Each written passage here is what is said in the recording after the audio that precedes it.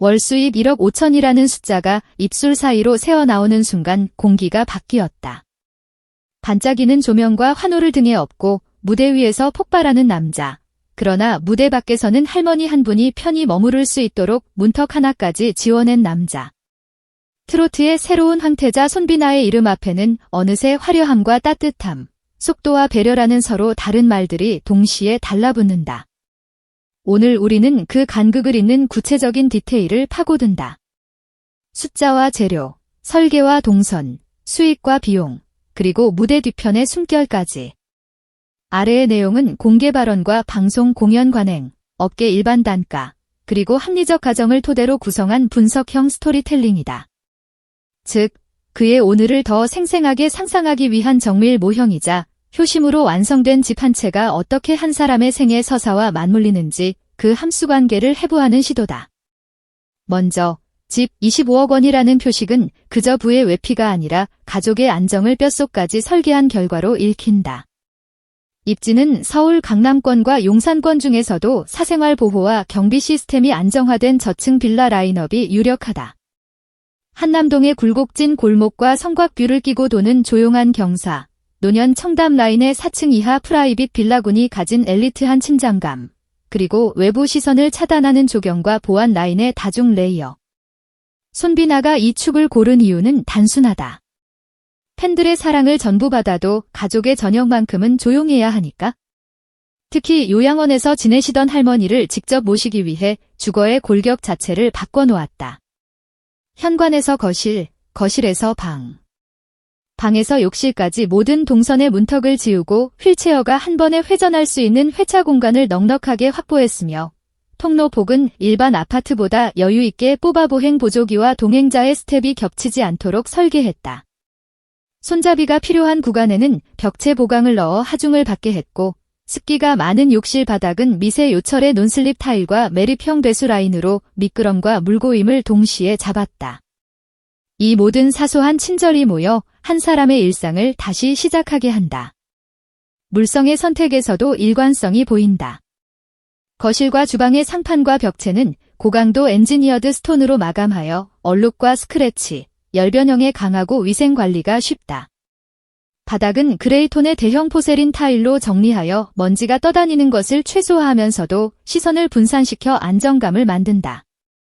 무몰딩 인테리어를 적용해 선을 정리하고 그림자 몰딩으로 깊이를 만든 뒤 따뜻한 색온도의 간접 등을 천장과 벽 모서리마다 숨겨 눈부심을 낮췄다. 화려함 대신 정숙함, 자극 대신 지속 가능성. 악보의 여백처럼 비워둔 공간에 가족의 목소리가 고요히 얹히도록. 취침실에는 의료용 침대와 리프트를 드릴 수 있는 치수로 천장을 비워두고 환기 라인은 도어 하단의 공기 틈과 천장의 열회수 환기 장치가 순환을 만든다. 주방 동선은 한 손으로도 문을 열고 닫을 수 있는 도어 하드웨어로 교체, 고관절에 무리가 가지 않도록 작업대 높이를 맞췄다. 현관과 실내의 레벨차는 완만한 경사로를 더 바퀴가 자연스럽게 올라서도록 하고 외부 손님을 맞이하는 응접 영역과 가족의 휴식 영역 사이에는 시선 차단을 위한 가변형 파티션을 설치해 생활과 일의 경계를 지켰다. 이 집이 그에게 새겨준 메시지는 명확하다. 보여주기 위한 공간이 아니라 살아내기 위한 기계. 무대에서 내려오면 성대보다 먼저 쉬어야 하는 것은 마음이라는 것을 아는 사람. 그래서 가장 조용한 방을 가장 사랑하는 사람을 위해 비워둔 사람. 그래서 이 집은 고가의 장식품이 아니라 사람을 위해 튜닝된 악기다. 악기의 나무결처럼 벽과 바닥과 문고리 하나까지 손비나의 효심이 흐른다. 이제 숫자의 세계로 들어가 보자. 손비나의 수입 구조는 전통적인 트로트 아티스트의 파이프라인과 21세기 컨텐츠 생태계가 교차하는 지점에 서 있다. 첫째 축은 행사다.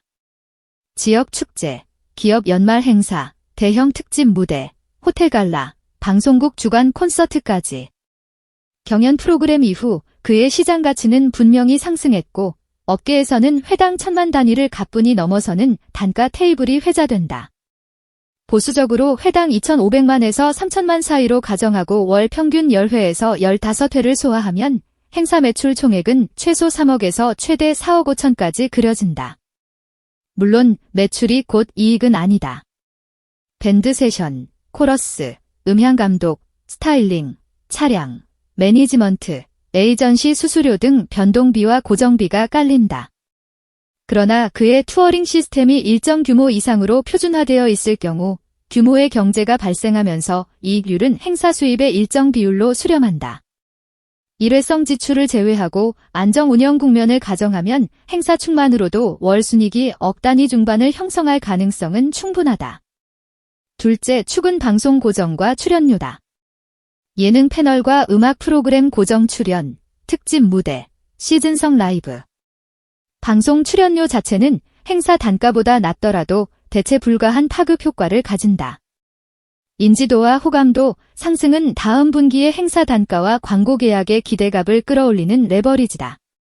셋째, 축은 음원 저작권료다.